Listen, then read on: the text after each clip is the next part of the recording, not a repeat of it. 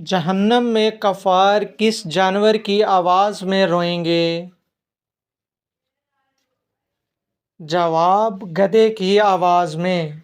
वो कौन सी चीज़ है जिसे हम इस्तेमाल से पहले तोड़ते हैं?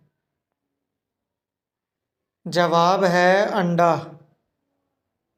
वो कौन सी चीज़ है जिसकी 4 टांगें हैं पर वो चल नहीं सकती? जवाब है मेज़। इंसानी जिस्म का वो कौन सा हिस्सा है जो अपना नाम खुद रखता है? जवाब है दिमाग। वो क्या है जिसको पैदा होने से पहले भी और मरने के बाद भी खाते हैं? जवाब है मुर्गी। वो कौन सी चीज़ है जिसका साया नहीं होता? जवाब है सड़क।